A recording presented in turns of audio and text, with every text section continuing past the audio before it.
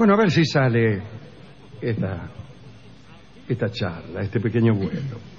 Allá en el canto 13 de la Ilíada, Homero evoca a los Abioi, que, según se decía, eran la nación más alejada de los griegos.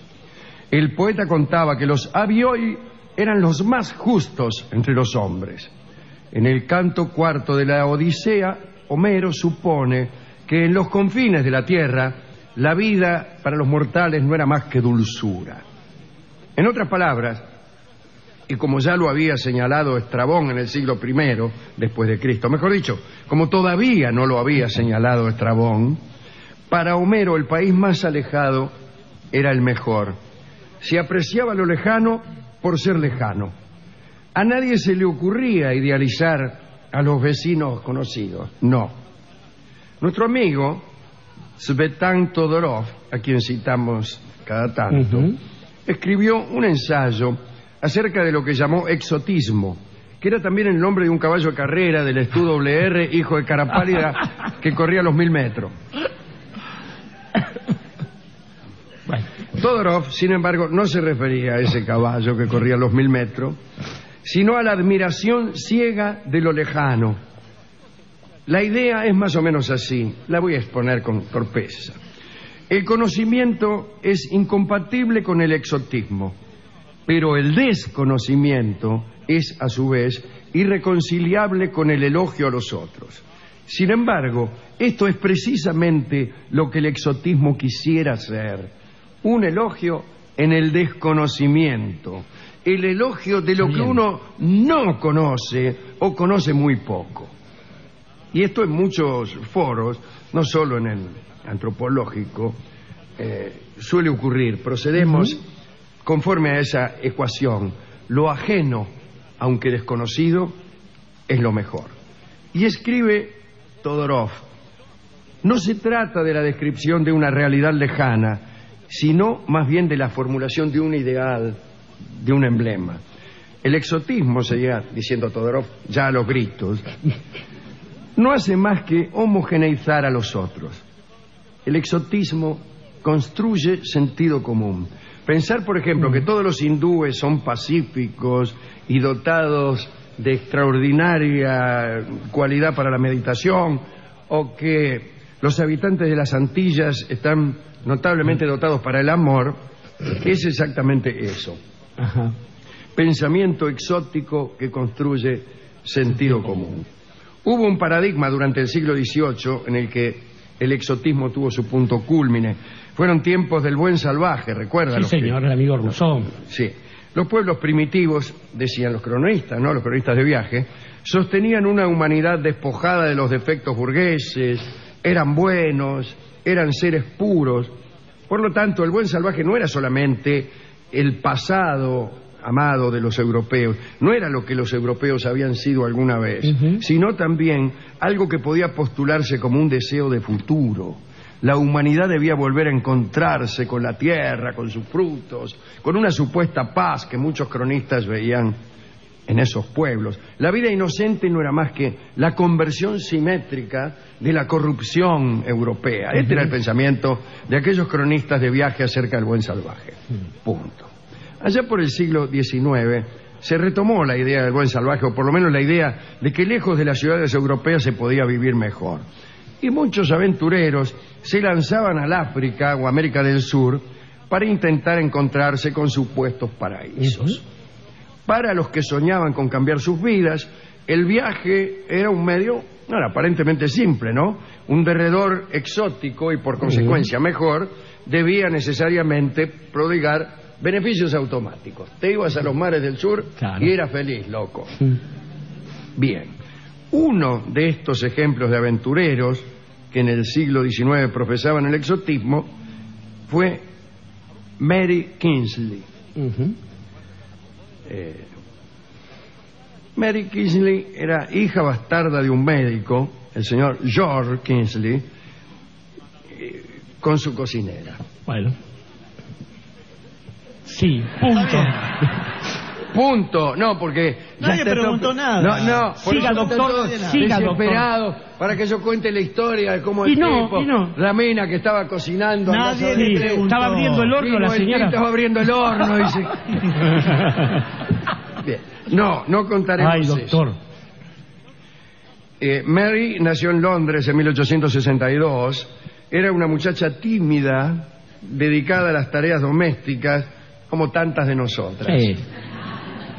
Vivió casi oculta, mitad por vergüenza, que sentía, en aquellos tiempos victorianos, de las características de la unión de sus padres, y la única escapatoria que encontraba a una vida infeliz era la lectura en la biblioteca, en la casa del padre del médico. Bueno, parece que había en esa biblioteca muchas crónicas de viajes.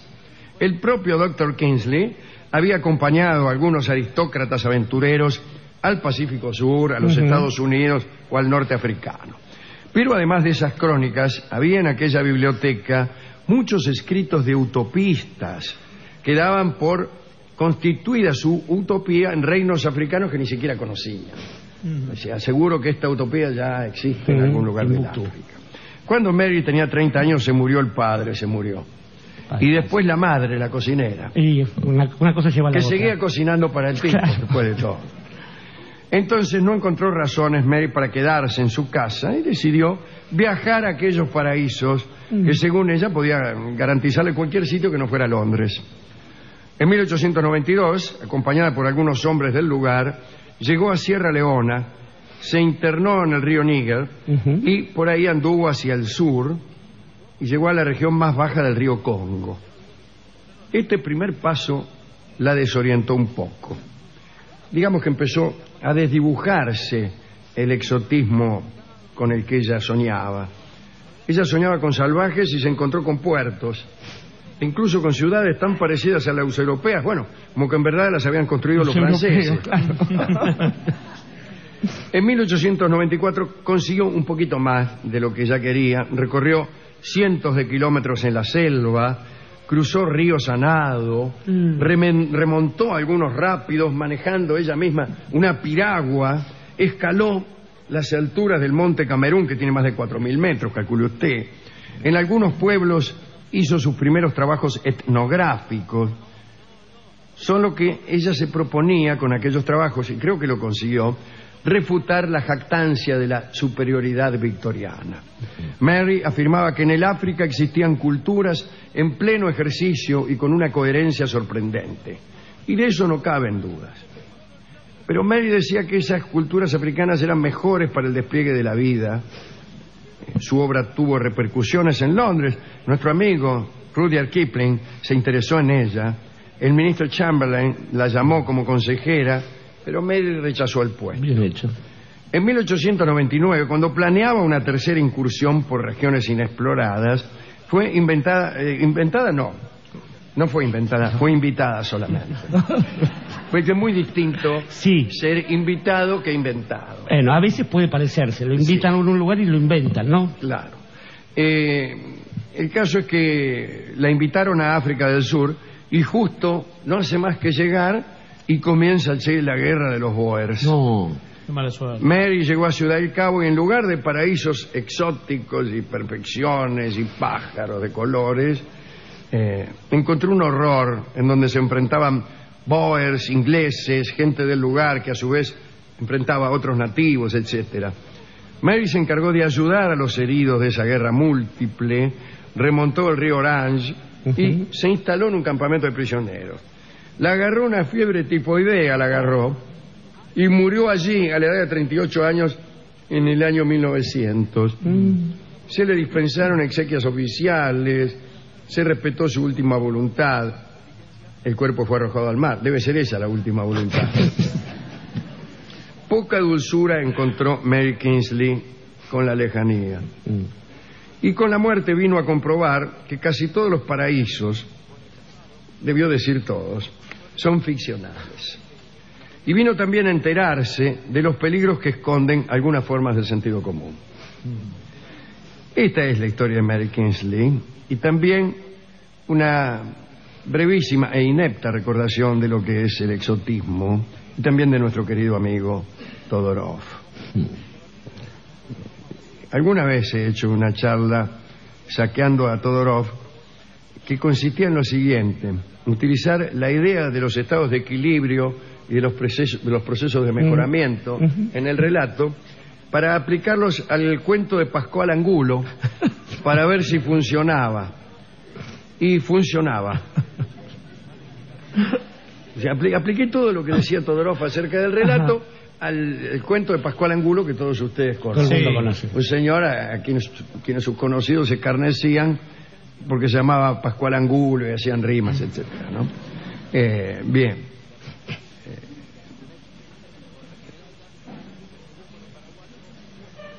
No sé si al acordarme del pobre Angulo me da una especie de... A mí me da cosa también, sí.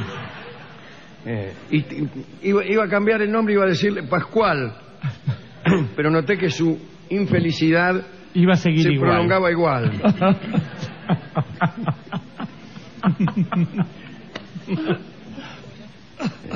Esta es la historia.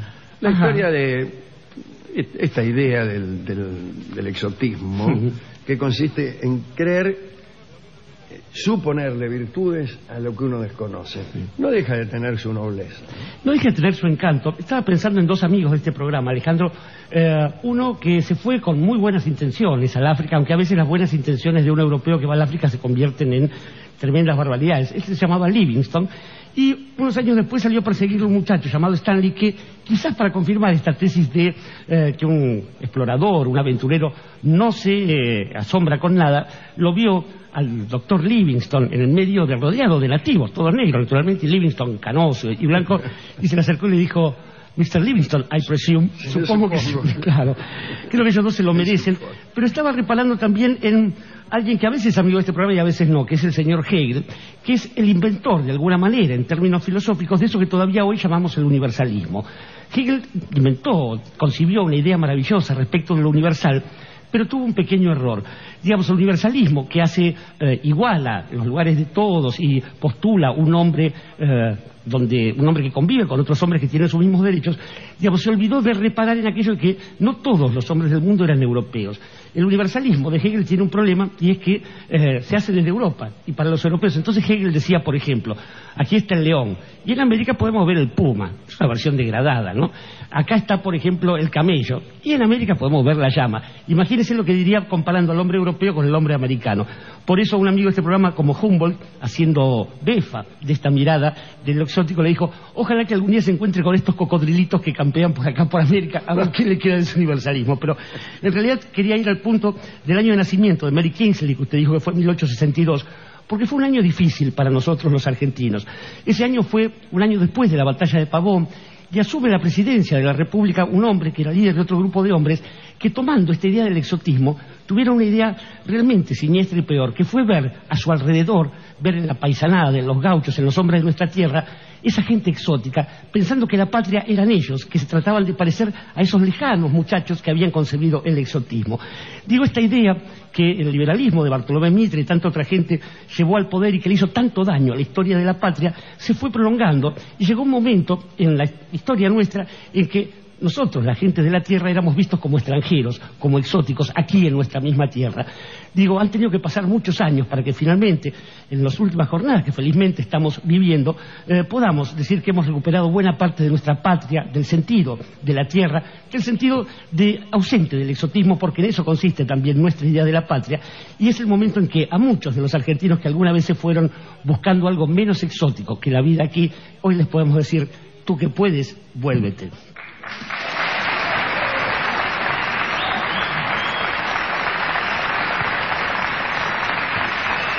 Canta Suma Paz, tú que puedes, vuélvete.